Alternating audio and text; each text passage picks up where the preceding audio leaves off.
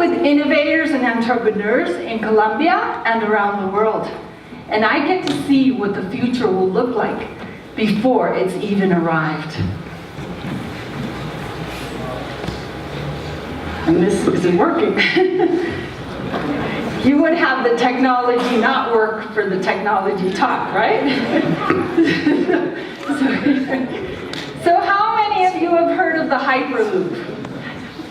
No? 1, 2? I can't really see you out in the audience, but the Hyperloop is Elon Musk's newest invention, innovation.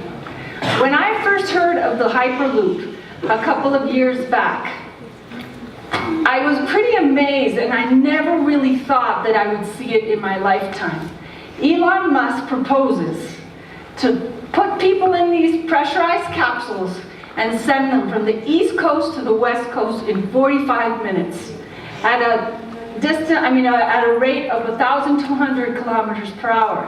And as I said when I first heard about it around 4 years back, I couldn't believe it, and I was quite surprised when I read it in Tiempo a couple of months ago that there's building tunnels in New York, and that the pilot programs already have the Hyperloop running at 400 kilometers per hour.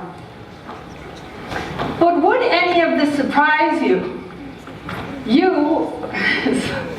We're having trouble here. You of all the generations have had the privilege of living in an age of exponential change. In an age where more technologies have come on board onto our lives than in all of history. Yep. So if you see the graph there, you can see all the things that you've had the privilege of seeing. When I was in high school, we used to use this black apparatus on the left-hand side, which was a telephone. And we never even dreamed of having something called a cell phone. And for you, this has become just something you take for granted. And if you combine cell phones with previous technologies such as the GPS and maps, you have new technologies such as Waze. So what has made this age so incredible is that we not only have new technologies coming into our lives, but that in fact combined with old technologies, we're seeing the growth of new things we never even imagined could exist, such as the Hyperloop. This is just an example of some of the things that I've been looking at in the last couple of years. This down here is a self-driving car made with 3D printers. It's the perfect, this one over here is a self-driving taxi. And you think, wow, is this really good? Yes, you will be seeing this in the next 5 years. On the road, people using it. And what's so fascinating about the self-driving car, printed out with 3D printers, is that it combines 3D printing technologies with many others to create new products and services. And that is why we call it the age of exponential change. I work for Connect Bogota. Connect is an organization created by 24 universities and private corporations with a goal of accelerating innovation and entrepreneurship in Bogota. We help a lot of innovators, young entrepreneurs such as yourselves, to create new products and services to make the world a better place. I'd like to show you some of the examples of inventors and innovators that we help and that I will be judging in History Channel's program, Una Idea para Cambiar el Mundo, that will be coming up later on this year. Estos son algunos de los semifinalistas de la cuarta edición de Una Idea. Mi idea es erradicar los mosquitos sin contaminar. Mi idea es hacer una prueba rápida y económica para detectar enfermedades de transmisión sexual. Mi idea es generar agua potable a partir del aire. Mi idea es implementar la robótica en las terapias de rehabilitación. Mi idea es mejorar las instalaciones sanitarias en zonas de escasos recursos. So as I mentioned before, these wonderful young people are changing our lives. And before I get into other stories, I'd like to first tell you some of the things that you're already seeing in your lives that you might not even know exist, but also some of the changes that you'll be seeing within your lifetimes. The first technology I'd like to talk to you about is augmented reality. For many of you, augmented reality is a reality in programs you see, such as Black Mirror. But and this technology, what it involves is the printing of computer images onto your real life. And you wonder, well, what in the world would I use something like that for? And I'd like to just give you an example. I was searching through the internet and found an example that actually relates to my life. I have to have blood drawn frequently, and they can't find my veins. So just look at what augmented reality will do for me in a couple of years. Oops.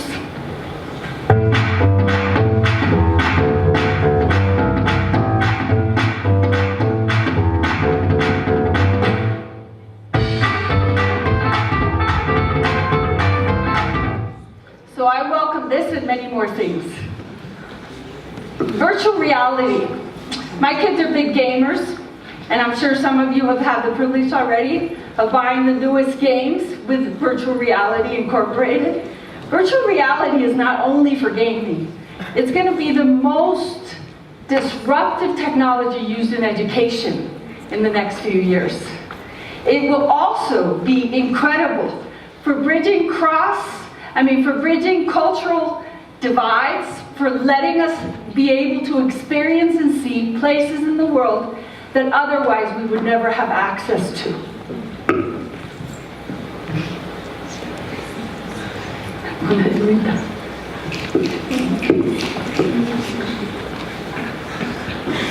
Advanced production systems will mean that we will be able to produce anything, anywhere in the world. Solar energy, for example, already is being able to be scaled all over the world in ways that we never even imagined for those of us who, like Adriana, have always dreamed of having solar energy be the most common energy that we use. Solar energy already is cheaper in the world than in 30 countries than coal, for example. And this is it we're able to do because of advanced production systems.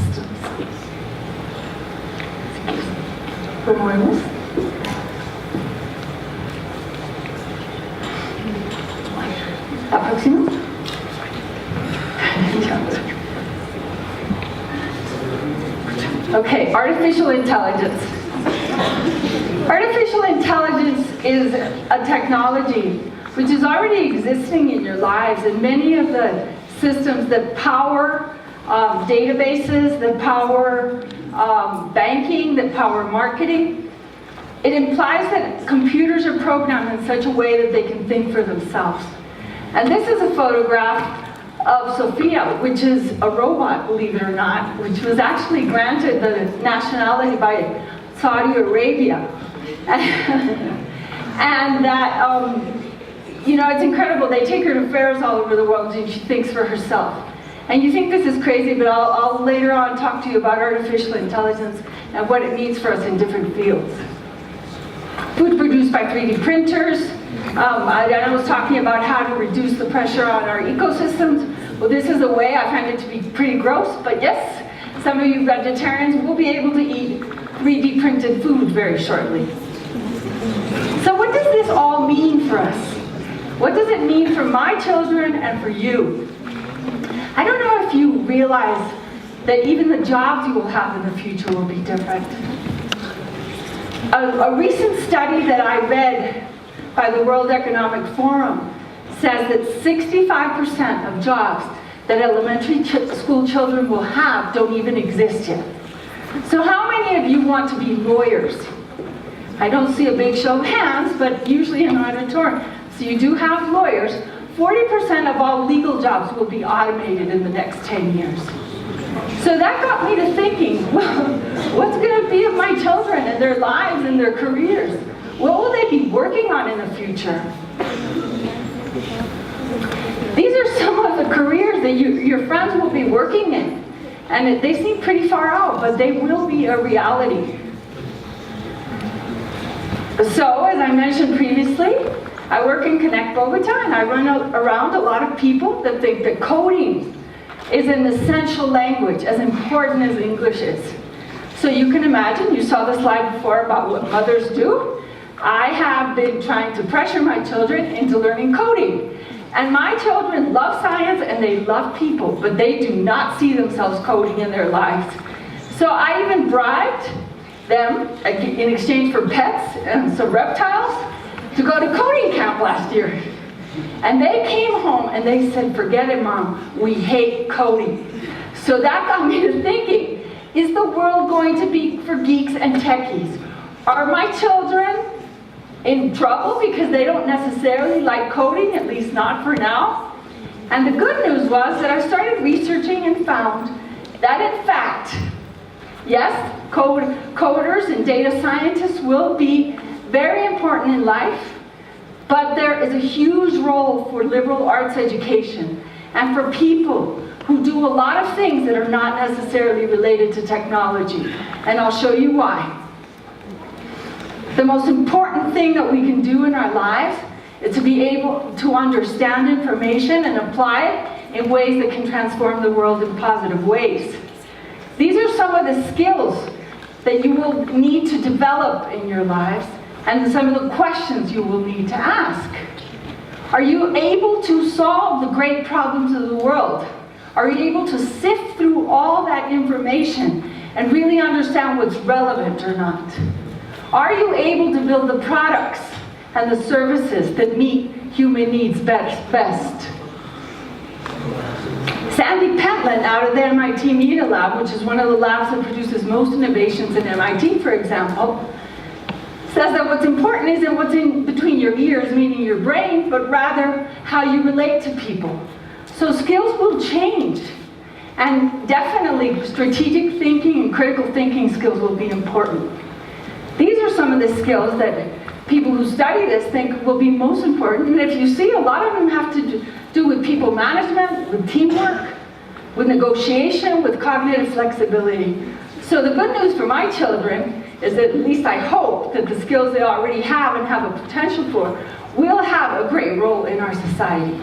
And of course, I also hope they'll learn how to code someday, but that's beside the point. So one of the reasons why I started thinking about what would be of my children in an age of artificial intelligence has to do with a robot that I ran into a couple of years ago that IBM presented to me called Watson. And well, I don't know how many of you have heard of Watson. And I got particularly interested because my oldest son, who's also in the auditorium, decided to study medicine.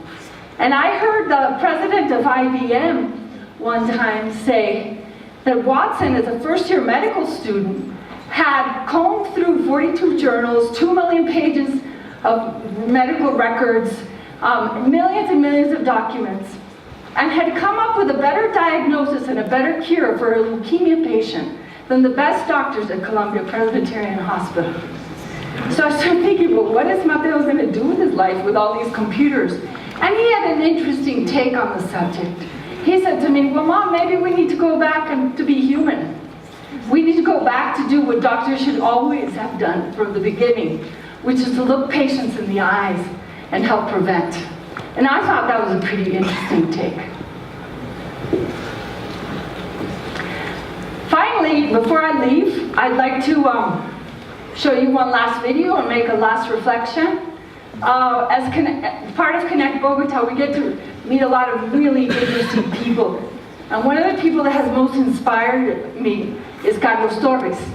Carlos Torres was meant to be a rural teacher in Boyacá, and he used to tinker and play with objects so much that his mother convinced him to enroll at the National University in design school.